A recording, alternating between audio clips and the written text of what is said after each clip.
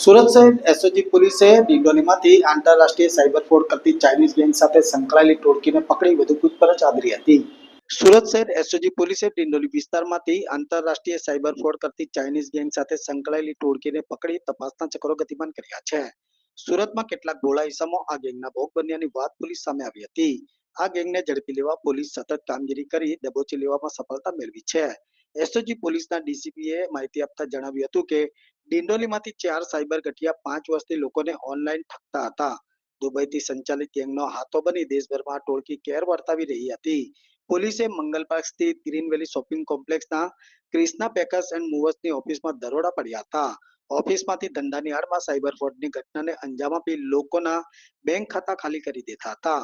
એસઓજીએ પ્રતિક પ્રફુલ વસાવા, દીપક ઉમાવત પાંડે, રૂપેશ હાંડગે અને ભૂષણ પાટીલની અટકાયત કરી હતી અને 7 મોબાઈલ, 2 કોમ્પ્યુટર, પાસબુક, એટીએમ અને ક્રેડિટ કાર્ડ સહિત 5 સિમ કાર્ડ અને વિવિધ બેંકના સ્ટેમ્પ ફોર્મ ઓળખના દસ્તાવેજ જપ્ત કર્યા હતા અને આરોપીને કોર્ટમાં રજૂ કરી 5 દિવસના રિમાન્ડ મેળવી તપાસમાં વધુ ખુલાસા થવાની શક્યતા દર્શાવી હતી।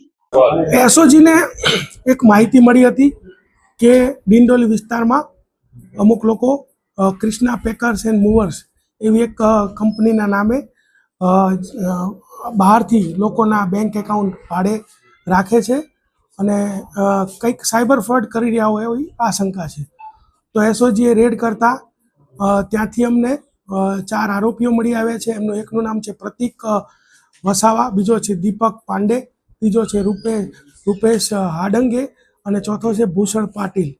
આ લોકો જે છે એ ત્યાં મળી આવ્યા છે। એમની પૂછપરછમાં એવો ખ્યાલ આવ્યો છે કે આ લોકો આખું એક એવી રીતે નેટવર્ક ચલાવતા હતા કે દુબઈમાં એક બિગ બ્રો આ લોકોએ નામ સેવ કરી રાખ્યું છે કે એની પાસેથી જે લોકો આ બહારથી જે એકાઉન્ટ મેળવતા હતા, સુરત ગ્રામ્ય અને આજુબાજુના વિસ્તારના જે લોકોના એકાઉન્ટ 20 થી 25 હજાર રૂપિયા આપી અને એને ભાડે રાખતા હતા અને ત્યારબાદ બિગ બ્રોને જે છે એની પાસેથી એક એપીકે ફાઇલ ત્યાંથી એ મોકલતો અને આ તમામ એકાઉન્ટની વિગતો છે એની અંદર ભરવામાં આવતી હતી અને ત્યારબાદ બિગ બ્રો જ આ તમામ એકાઉન્ટ છે ઓપરેટ કરતો હતો ત્યાંથી બેઠા બેઠા।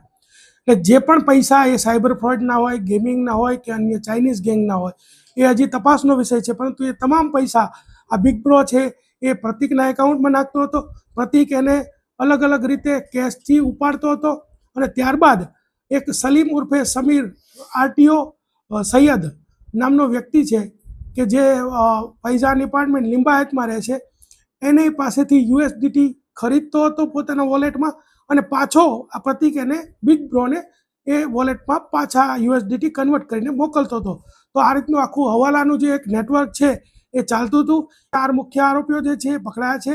તે ઉપરાંત જે બિગ બ્રો છે ગણેશ ઉર્ફે બિરાડે, રાજુ શ્રીવાસ્તવ, ચંદન ઉપાધ્યાય, શૈલેષ પાંડે, શરદ રવિન્દ્ર પવાર અને પ્રદીપ કુમાર વિશ્વકર્મા અને મનોજ પાટીલ જેવા વ્યક્તિઓ જે છે એ 8 વ્યક્તિઓ આની અંદર આ ખાતા ભાડે રાખવાનું જે કામકાજ કરતા હતા અને એ લોકોને વોન્ટેડ જાહેર કરવામાં આવેલ છે। આ રીતે આખી પ્રવૃત્તિ ચાલતી હતી।